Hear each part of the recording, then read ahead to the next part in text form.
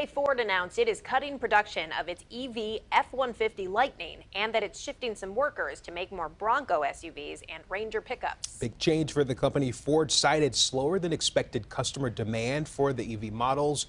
This comes as President Biden announced more funding for EV chargers. Joining us once again to break down what this might mean for the industry is Paul Eisenstein, editor-in-chief of Headlight.News. As always, thanks for joining us, Paul. Good to be with you. Well, Paul, we know a lot of companies have been struggling when it comes to getting these EVs off the lot and into the hands of consumers. What do you make of this new update from Ford? Okay, first, let me make very clear. EV sales still rose almost 50% last year, and they're still growing. It's just sales growth that is slowing down. Now, Ford has had, well, how do you explain this best? Let's put it this way. Ford has done better than they originally expected with the Lightning. They thought they might hit 25,000 a year when they launched it in 2022. The problem was that they then tooled up that factory in Dearborn, called the Rouge Electric Vehicle Center, to go all the way up to 150,000. I mean, just what, a six-fold increase, and they didn't get there. They are cutting it back. It's a third time that they have trimmed back to what most people say was just a realistic number in the first place. They sold more than they expected originally last year, but now they'll probably be putting out, what, about 60 or 70,000 of them at most in 2024. So as you noted, EV sales are growing, even if they are short of the ambitious goals. A lot of those people, in fact, turn to hybrid vehicles, people who have bought vehicles in the last year or so. Yeah. Do you think that is still trending in the direction of an all-electric future? Are hybrids kind of a stepping stone for a lot of people?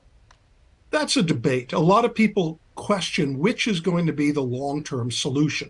Some, like the folks over at Toyota, believe that the solution will be a mix of products. Conventional hybrids like the Toyota Prius, plug-in hybrids, well, you remember the old Chevy Volt, which they've dropped, but there's a lot of others out there. And of course, pure electric vehicles. There's even hydrogen fuel cells that some people believe will be part of that mix. For the rest of this decade, I believe we're going to see a little bit of this, a little bit of that.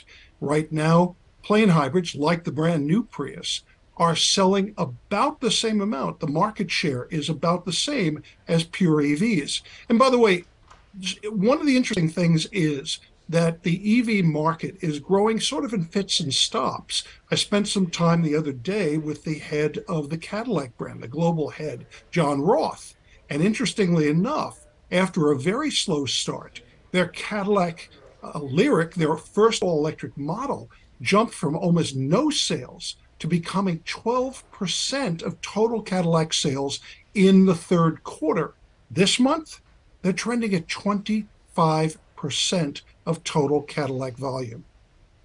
Now, we've talked to you often about the fact that we are witnessing a shift, a change in norms, and it is taking some convincing for some, but we see that the government is even behind this, pushing the idea of getting more chargers out there. What do you think it's going to take for us to see a speedy transition into using EVs? We're not going to see that. Nobody really sees the reason to have it. For one, there aren't enough products in enough product segments, though you're seeing more and more models come to market every year. There'll be somewhere in the neighborhood of about 40 all-new, all-electric models this year, but it's still a fraction of the market, and it's still something that people aren't familiar with. And there's not the production capacity. To give you one sense of how it has to grow, last year there was probably about 50 gigawatts of battery capacity out there. Now, I'm not going to go into the hard numbers of what that translates to, but here's something that gives you a perspective. By the end of the decade, when about half of the vehicles, according to the Biden administration, should be electric, they're going to need 20 times more battery production capacity in the US. So that tells you it's going to happen step by step by step. And one of the things I always suggest to people who are questioning whether EVs are right or not, go to a dealership, take a test drive. One of the things they found, J.D. Power, as you are familiar, has been following EVs and EV growth. And one of the things they've discovered is once a person gets in and actually drives an EV, they are several times more likely to consider buying one in the near future. that makes sense with a lot of things outside of vehicles. All right, Paul, thanks so much for joining us today. This is Paul Eisenstein, editor-in-chief of Headlight.News.